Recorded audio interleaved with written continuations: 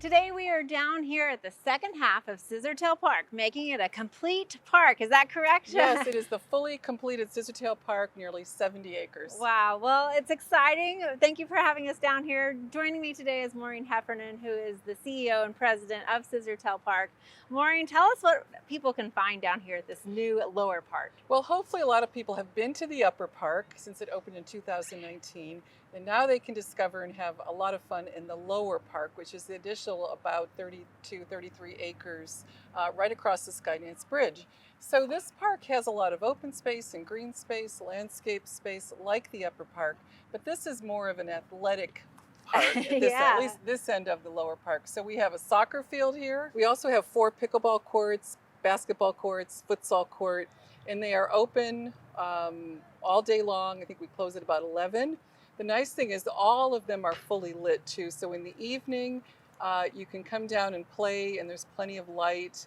And again, it's open and free for the public. So no reservations necessary. If it's open, you go out there and play. No reservations. There might be some days where you have some special events going on, where it's closed for a special event or a few reservations, but for the most part, it's always open and free to people to use the facilities. And it's not all just athletic sports fields either. You've got some other kind of nature areas. Tell us a little bit about those. There's a new feature here. Again, we wanted to do just something different from the upper park, and it's a nature playground. We have a wonderful playground in the upper park, but this one is meant to be more nature-based. So it's things like logs and stones and willow arches and little tunnels to go under, and we'll be adding a lot more things.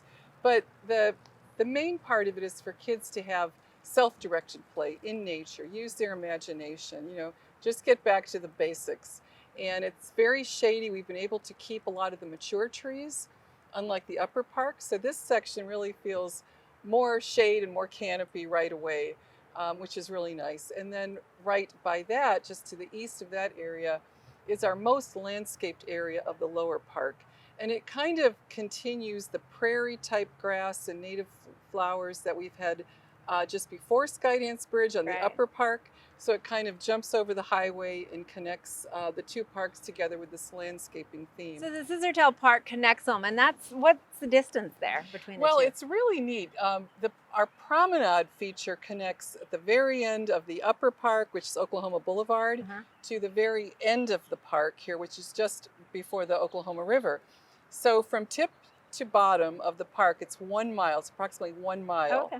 And so it's great for walkers because they can say, okay, I'm going to walk a mile there, I'm going to walk a mile back, or whatever section they want to do. It really gets people walking. And I'm a biker. I love to bike downtown. So now I can bike from the start of the upper park all the way to the river trail and connect to it without ever being on a street. Right. So it's really great for people who want to walk or bike or anything like that. The promenade just continues, and it's just beautiful, the views.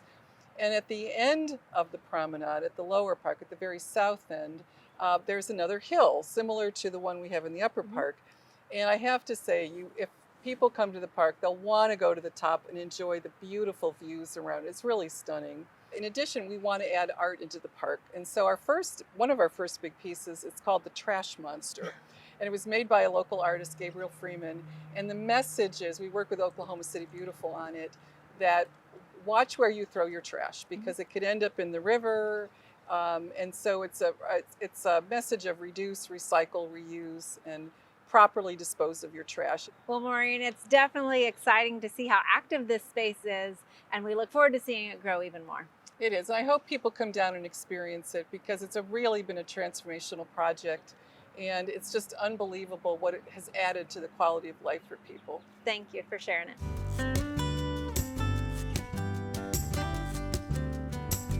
We hope you enjoyed this video as part of our Oklahoma Gardening YouTube channel. You can also find even more videos on the OK Gardening Classics YouTube channel. And join us on social media for great gardening tips, photos, and discussion.